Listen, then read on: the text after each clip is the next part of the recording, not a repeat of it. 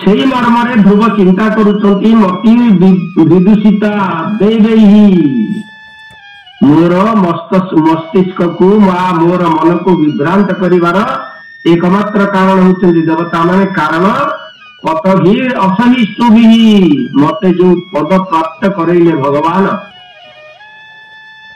जो पद जहाँ ब्रह्मा को अगोचर जहाँ कौन सी देवता माने पाई नहांती मु एते बड़ पद प्राप्ति हबार जो सौभाग्य मते भगवान देले से पद को लक्ष्य करी देवता माने असहिष्णु हो पड़े एवं से विचार कले जे ध्रुव आम मान अतिक्रम कर ध्रुव लोक प्राप्त हो जाऊँ आउ थे ये मर्त्यपुर ए भौतिक दुख भितर भर्ती कर कलुषित करदेवा जा फल से पद प्राप्त हो पारे ना बोधे से मोर मस्तिष्क को से खराब करदे असहिष्णु ही ध्रुवंकर जो सौभाग्य भगवान प्रदान कले से सौभाग्य को ध्रुव सांगे सांगे प्राप्त हो नहांती 36 वर्ष राजकार्य करी गोटे उदाहरण आपण मान को देवी जड़े गोटे दृष्टांत आम नवा जड़े साधुंकर वचन जड़े तपस्या करी अनेक धर्म रोजगार कले शेष से जेतबेले जमराजा निकट में प्रवेश कले 13 दिन मात्र थिला पुण्य आउक पाप तेणु जमराजा प्रश्न पचारे आग पुण्य भोग करिवो ना आग पाप भोग करिवो से उत्तर देले पाप तो बहुत भोग करिवा द्वारा बहुत कष्ट पाइबी आग पुण्यटा भोग करी पछे पाप भोग करी 13 दिन पुण्य भोग करने जमराजा निकट में से प्रार्थना करिवारु 13 दिन भितर से कामना कले पुण्य बल भगवान को दर्शन करने एवं भगवान को दर्शन करने पर समस्त पाप क्षय हो गला एवं से वैकुंठ गमन कले जदि आग पाप भोग करने चाही थांते ताहाले पाप बढ़ी बढ़ी जाइथा पुण्य क्षय हो जाइथा ठीक से मर्मरे वर्तमान ध्रुव चिंतित जे मु वर्तमान जो 36,000 वर्ष राज्य शासन करी या भितर मु अनेक कलुष भितर गति करने पड़ो काम क्रोध लोभ मोह मद माश्चर्य साम दान दंड भेद ये जो राजकार्य जो कलुषता ए कलुषता द्वारा मु पुनर्बार ग्रस्त हेबी आउ भगवान से ध्रुवलोक प्राप्त हवा बोधे मो भाग्य नाई किंतु सांगे सांगे जदि भगवान को कथा को लक्ष्य करी मत ध्रुवलोक दिंतु मु आपनकर सेवा करिबारे रहिबी तान केते भलो ही थांदा पुनर्बार से जगत भीतर प्रवेश कली या विचार करी नारद मुनि जो उपदेश देइथिले से कथा को मन पकेइले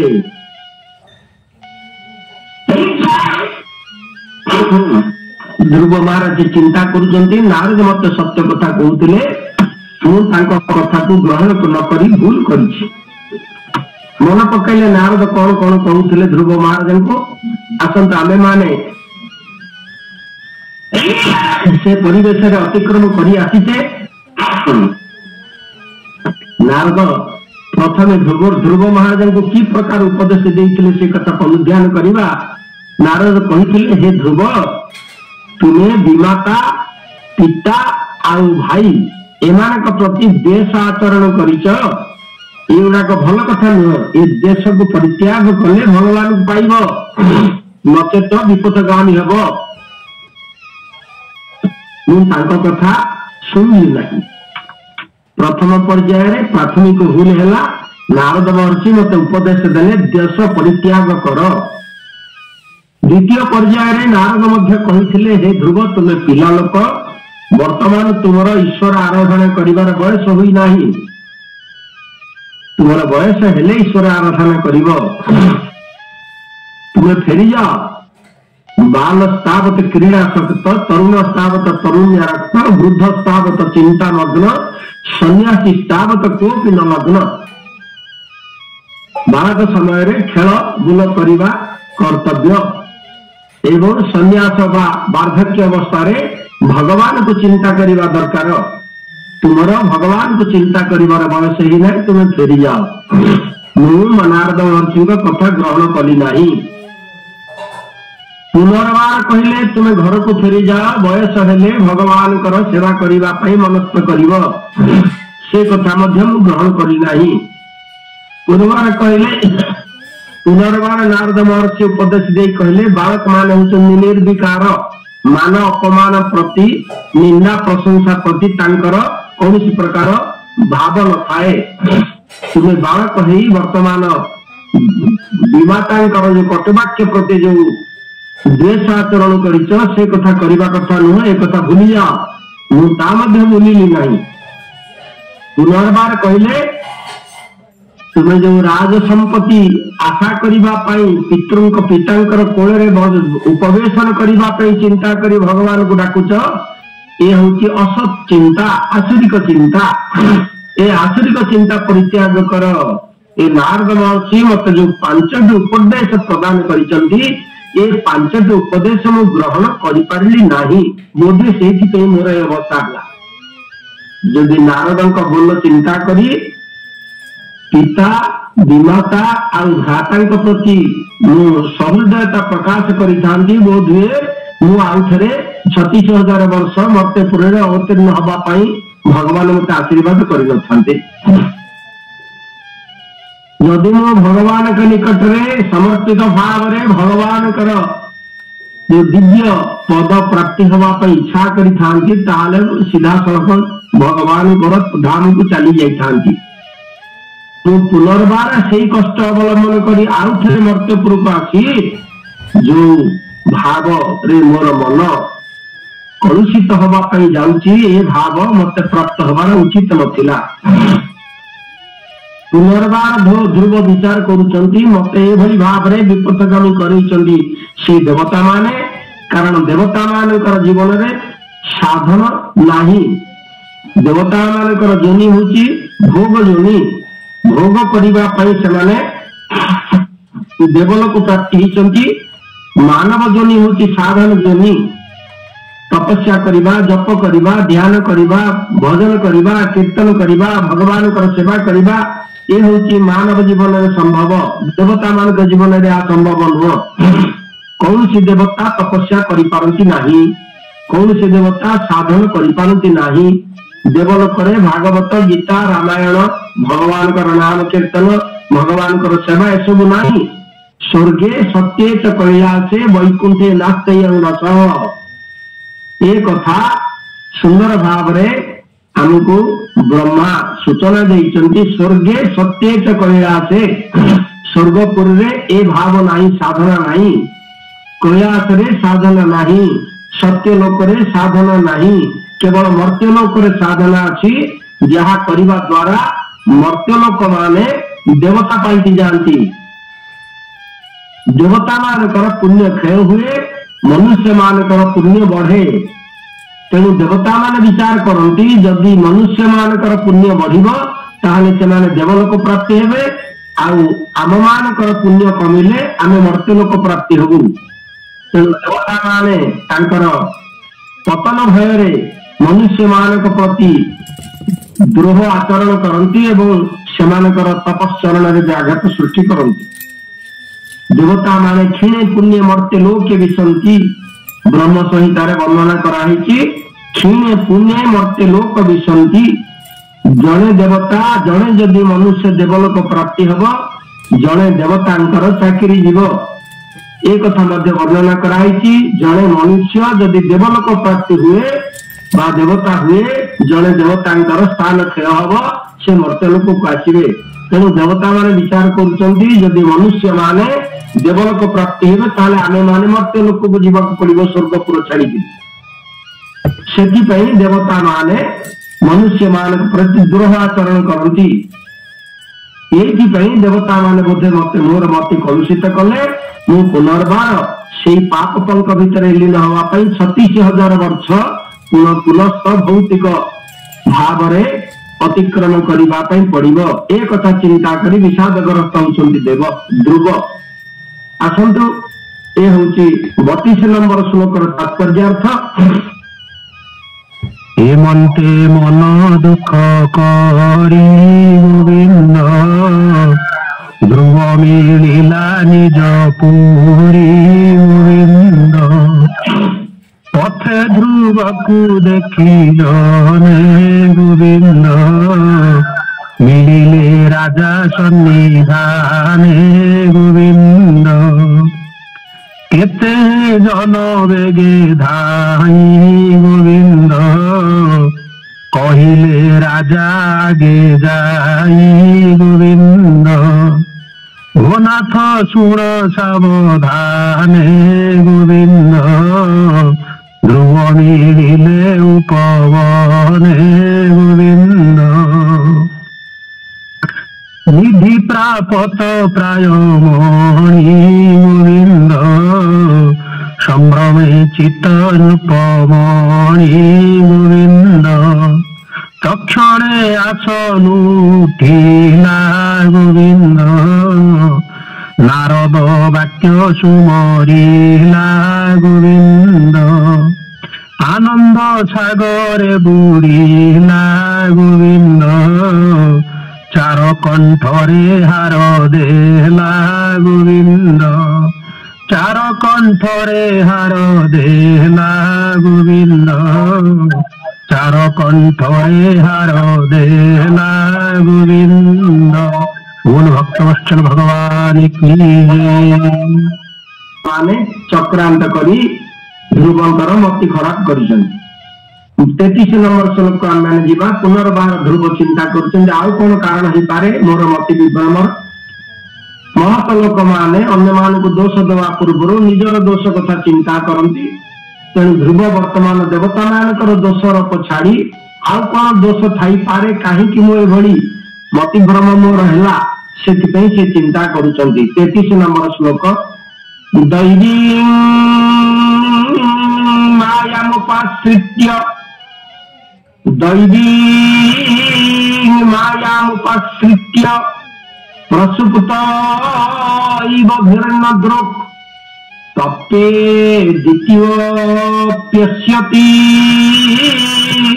भ्रातृभातृ रुद्रुजाः ध्रुव चिंता करुचंती अन्य कौन सी कारण थाई पारे मोर एभली हैला मन मन चिंता कले दैवी माया मुपराश्रित्यम दैवी माया भगवान जेतेबेले जानती जे संसार त्याग करी जड़े भक्त मोर पदार बिंदरे लिप्त हवा चाहूची सेतेबेले ताको मायाग्रस्त करी थांती कारण जदि सबु भक्त माने संसार त्याग करी भगवान कर सेवा लिप्त हो जिबे ताहले भगवान कर लीलार आवश्यकता कौन थाई पारे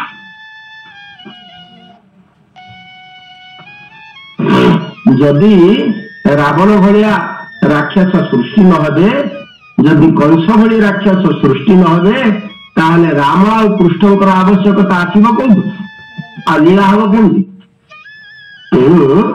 समस्त देवता माने भगवान मध्य एभली भावरे लीला करिबा पई जुगे जुगे जुग को जुग एही मत परमानंद ए जगत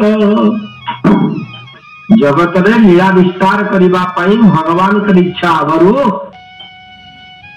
जय विजय को अभिशाप प्राप्त होला पर भगवान से कथा प्रकाश करिसें हे जय विजय तुम्हें माने मर्त्यपुर को जीव मर्त्यपुर राक्षस रूप में जन्म हम मु मर्त्यपुर को राम रूप में जीवी तुम सहित मोर युद्ध हम एवं मोर हस्तकंद निवारण हम भगवान मध्य लीला सृष्टि करने चाहती जेतक जाक राक्षस जन्म होती सब जाक अभिशाप पाई भक्त जाक अभिशाप पाइला पर राक्षस होती महिषासुर हिरण्यकशिपु रावण कुंभकर्ण हिरण्याक्ष ये जो राक्षस जाक इत्यादि आम मान श्रवण करुचे एमाने समस्ते से भगवान कर माया रचना द्वारा राक्षस पलटि एवं से सहित लीला करने भगवान आसंती ये हूँ भगवान का लीलार सूत्र तेणु ध्रुव विचार करुचंदी भगवान बोधे माया करी मते एभली दैवी माया रे पकेइले। भगवान कर माया को अतिक्रम कर अनतिक्रम्य भगवत माया। श्रीमद भगवती गीता रे भगवान कहिचंदी दैवी ही ऐसा गुणमयी मम माया दुरत्या मामेव जे प्रपद्यन्ते मायामेतां तरन्ति ते। भगवान का माया रे जगत परिचालित, मोर माया रे मोहित जगत भगवान निजे कहिछन मोर माया रे जगत मोहित। ध्रुव विचार करुचंती से दैवी माया रे बोधे मु पड़ीगली। प्रसुप्त इव भिन्न दुख स्वप्नावस्था राज्य प्राप्ति, स्वप्नावस्था मस्तक छेदन, स्वप्नावस्था जो दुख व सुख जात हुए ता प्रति जेमती जीव विमोहित भाव रे प्रलाप करे मु आज से भली भाव रे स्वप्न दुख मोर स्वप्नवत ए भली व्यतिक्रम घटिला जा फल मु भगवत पद छाड़ी पुनर्बार मर्त्यपुर को आसिया पड़ा।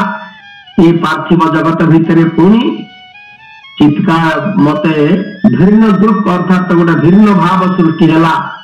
भौतिक लालसा मते ग्रास कला। भिन्न दृष्टि रे मु मोर भाई प्रति शत्रुता भाव पोषण कली। तेणु ये भी माया, ये जगत किए कहार माता नास्ति पिता नास्ति नास्ति बंधु सहोदरा गृह नास्ति धन नास्ति तस्मात् जाग्रत जाग्रत। मु राजपद रे बसिबा पई जो लालसा करी तपस्या करिया पई गले ता भी मिथ्या। मोर भाई सहित जो शत्रुता जात होला ता भी मिथ्या। मोर मां जो कपट वचन कटु वचन मते कहले ता भी मिथ्या।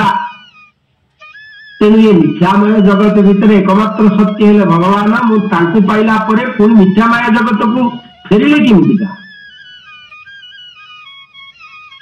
तेणु ये भाव रे तप्ते द्वितीय पश्यति मु कोप द्वारा मु मन रे जो लालसा जात है भौतिक भोग करबा पाई पितांक कोल रे बसिबा विमातांक प्रति शत्रुता आचरण करी तांक प्रति प्रतिशोध नबा